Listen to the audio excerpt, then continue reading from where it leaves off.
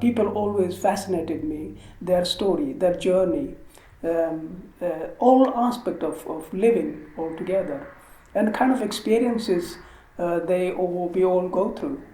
Even there is a singular figure in the painting, you will see there is a huge emotional charges, emotional, intellectual, spiritual charge within the painting. And majority of my work is also autobiographical as well. For example, the painting behind me, which is called Resonance. This painting is about my three sons, two of them who were serving in Afghanistan in Royal Marines with the British Army. And when they came back, I did actually quite a few paintings on boys in Helmand in Afghanistan. I did three of them, and one is Imperial War Museum bought that for their collection of the current conflict in Afghanistan. And this is the three boys sort of getting first time sort of meeting together and having a just casual kind of playing music. But also, I remember many years ago I had a show in London, and I had a live musician actually playing in the gallery, and that also reminded me the kind of the beautiful sound resonated within the gallery wall space. And that is what the painting is about, the resonance. I think that, as we all know, that most people's childhood experiences actually impact on their entire career as quite an extent. And I think because having grown up in a remote village, which is not even you wouldn't find in the local map, so it's almost like a primitive like world.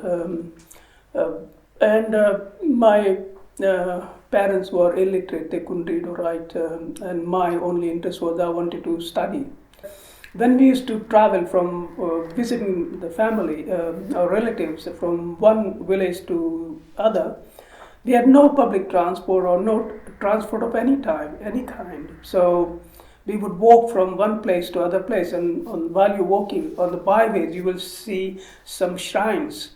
For example, a stone image of a god or goddess with a big eyes just stuck on the stone. You would not see any face or anything. It's a red stone stuck to eyes there, which I found is really fascinating. That how, and it's pretty vibrant, in a sense. I think these things had stayed with me, as growing up, experiencing all these things. The color you mentioned about they're all earth colors, and the reason is because in the village where I grew up, the house we had was made of mud wall houses.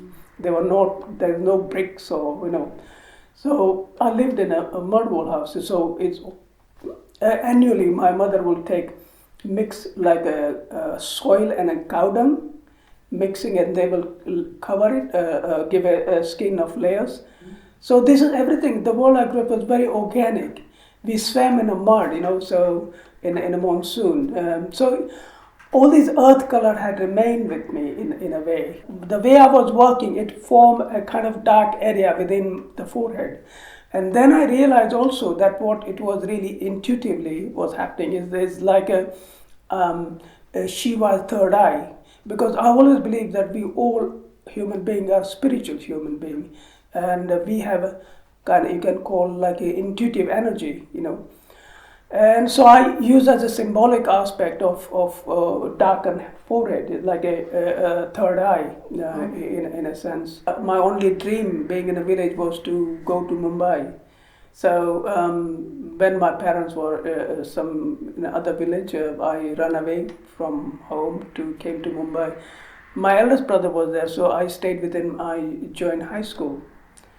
So after high school, I wanted to go to art college, but of course my family were not, in a financial position to support me to go to art school. So my high school art teacher actually helped me, and he said, "Look, if you stay in my office, clean the office, and I'll pay your fee." So I would sleep on sofa and clean his office, and he paid my college fees, and that's how I did first year teachers training.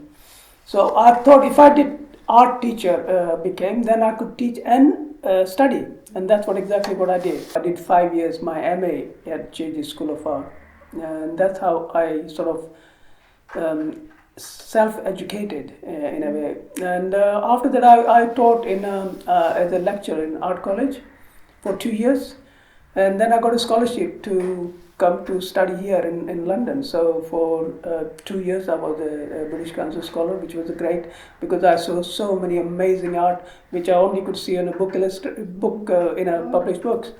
So I went to Europe, America, and see the work for real, you know. After finishing my scholarship here, British Council scholarship, I of course went back to India. That was a part of the scholarship. But unfortunately, I had to come back out of unavoidable circumstances. I was forced to come back. When I came here, I had no space to paint. There was only like a one room, studio room, where the corner was a kitchen or bedroom and bathroom kind of thing. And not having space, I reduced 12 feet by 6 feet to 12 inches by 6 inches. And also I experimented. So I started using watercolor. Historically, watercolor has not changed like oils and acrylic has changed. You can see the difference from Rembrandt's work to Francis Bacon's work in that journey. I started experimenting with watercolor, used all sorts of kind of watercolor papers. And none of the paper, when I started working over it again, and so many layering of colors, they did not sustain. I used to make holes in the paper. And some of the paper actually became almost dull and muddy. So eventually I did find the paper, which is a French paper. It's called Arches. Yeah. And that paper also comes quite heavyweight, like 600 grams. So the paper is almost like a leather. I normally don't mix color on palette. I mix color on the paper itself. So for example, if I wanted a kind of orange color, I will paint yellow first, and then dry it, and then paint red over it. And then with a harder brush, I will mix it on the paper. But doing that, what happens is that you get orange color because you yellow and red, but at the same time, when you're mixing that, the color penetrates deeper into the fiber of the paper. So doing that several times, 5-6 times, what happens every time paper goes deeper into it. By the time you finish the painting, the whole paper is saturated with color.